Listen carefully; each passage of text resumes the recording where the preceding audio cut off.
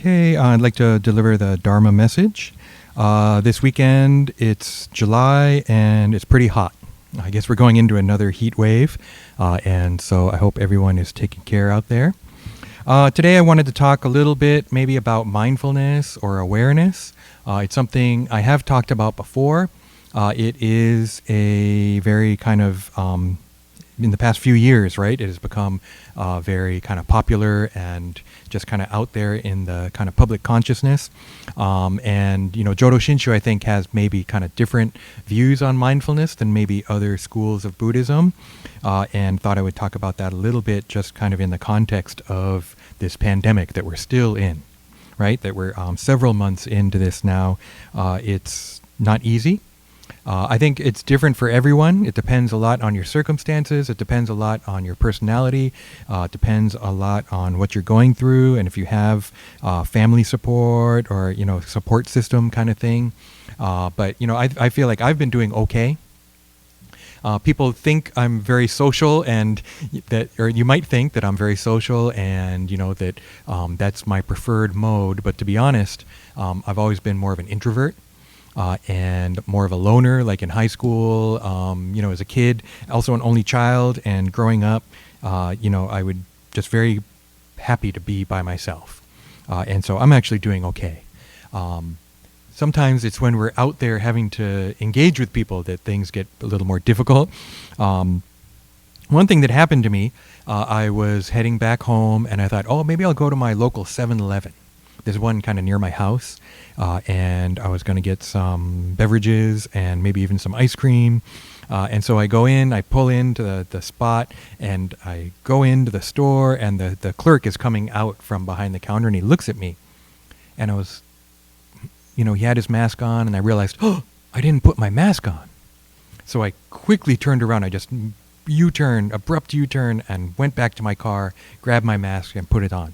I'll be honest, sometimes I take off my mask when I'm in the car, especially I thought I was going to go home and didn't really think about the fact that I was, you know, ended up making a stop. So I put my mask right on and went back in the store, no problem. That awareness, right? I wasn't being aware when I forgot. And it's so easy to not be aware, right? It's so easy to get kind of caught up in what you're thinking about that we forget all this other stuff.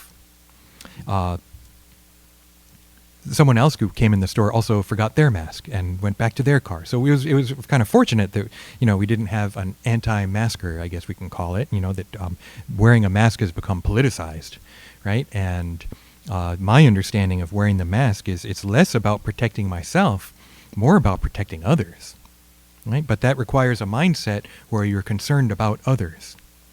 If you don't care about others, why wear a mask? Why, you know, maybe it doesn't make sense. Or maybe you buy into the theories that, you know, it doesn't work, or it doesn't do anything, or coronavirus doesn't exist, or whatever, right? There's a lot of views out there. But I feel like I want to try and protect other people, and I don't want to endanger them because of my actions, so I'll happily wear a mask. So that kind of awareness of my actions, right? That awareness of my impact on others is part of Buddhism, I think. But another part of Jodo Shinshu awareness is awareness of my limitations. Right? One level is try to be aware of my actions, right? Try to be aware of my impact on others.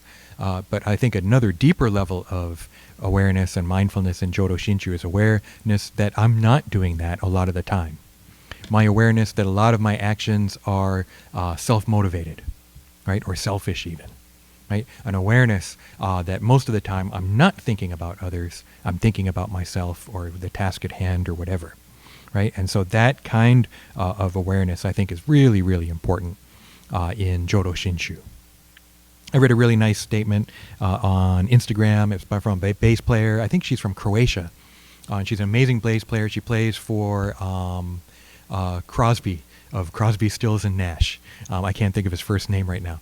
But so she's a great bass player. And she posted today how she's at the ocean and the whales and the dolphins are there, even if they aren't poking their heads up above the water. right? Even if we can't see them, they're there. Even if we're walking on a path, hiking out in nature, and we don't see wild animals, they can see us. They're there, even if we're not aware of them. And so similarly, when we meet people, we only see what's on the surface. And even then, we might be misinterpreting. We don't know what's going on inside. We don't know the experiences of that person. We don't know the background. That's what makes me mad. I'll say it. A friend on Facebook was wearing a mask at the gas station, and someone bad at her like a sheep, like she was a sheep, right? Oh, you're just following you're being tricked, right, by the government or whatever, and you're just a sheep following along with the masses, right? Really putting her down, not realizing her child has a disease, so that if her child did get coronavirus, would probably die. Right? None of that awareness on the part of the person banging at her, right? Making sheep noises at her, right? And so to have this awareness that I don't know what this other person has gone through, I don't know their backstory, right? To try and take the benefit of the doubt, to try and be nice, right? Unfortunately, maybe we shouldn't expect that in return. But as Buddhist, I think that that's the attitude I want to try and cultivate. And not that I do, right? I'm constantly judging. I'm constantly, making assumptions. But that awareness, right? That I don't know what this person is going through. I don't know. I'm assuming right now, right? I think I know. But I think that awareness, and that again is another limitation of mine, that I don't know the other side. So that's, to me, that maybe one of the most important aspects of awareness and mindfulness in Jodo Shinshu is to be really careful about judging others, and to be really careful about thinking I know everything, and trying to have a kind of awareness of my own limitations. Another kind of mindfulness for us is mindfulness of the Buddha and mindfulness of the Dharma. And so calling to mind Buddha's teachings when we can.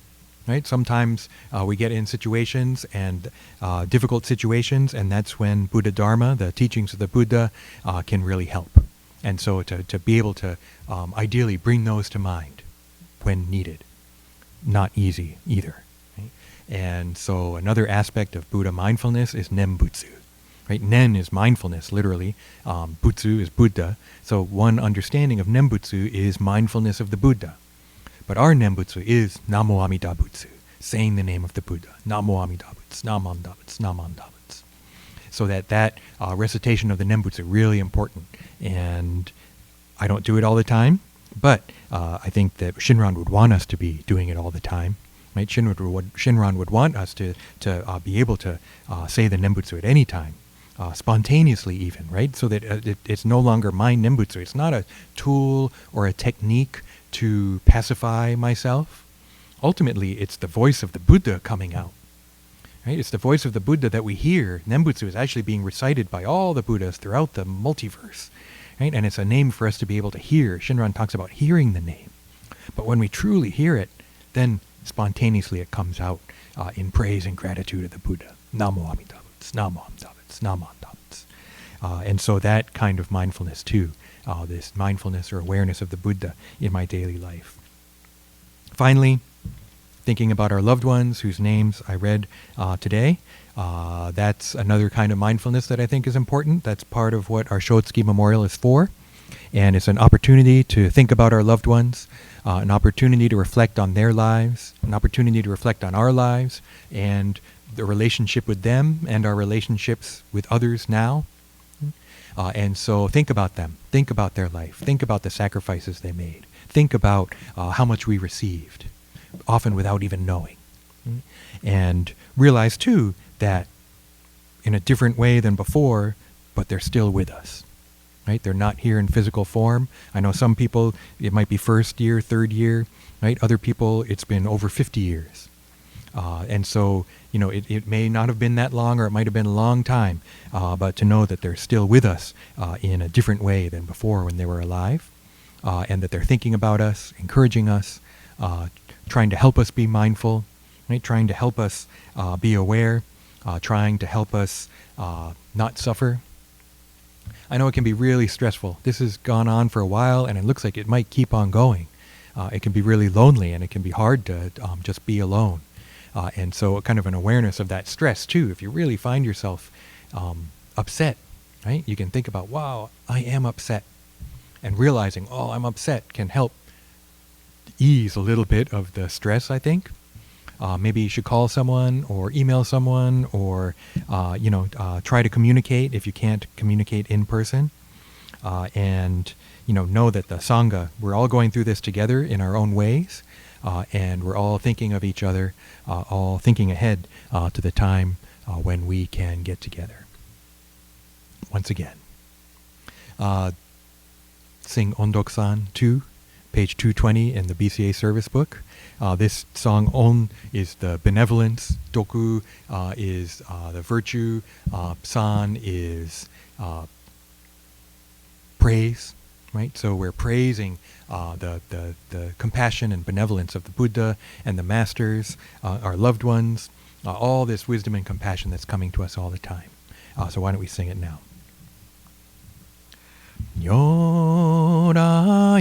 dai no ondoku wa miyoko ni shite mo hozu beshi shishu chishiki no ondoku mo hone o kudakite mo shasu beshi. Namo Amida Butsu. Namo Amida Butsu. Namo Amida Butsu. Namo Amida Butsu. Namo Amida. Okay, thank you very much. Just a couple announcements. Our Obon festival and dance was going to be on August 1st. That has been canceled, the way we normally do it. We will be having the Obon service and Hatsubon service on the next day. It'll be up on YouTube August 2nd, so the first Sunday in August. I'm going to try to keep doing Dharma talks each weekend through between now and then, and maybe through August. Also, we're trying to put together some kind of virtual Bonodori, Obon dance, maybe even have a kind of a food thing. So check your email. We'll be emailing about it. Check the website if you don't get emails from us regularly. And we're going to try to put something together. So keep an eye out for that.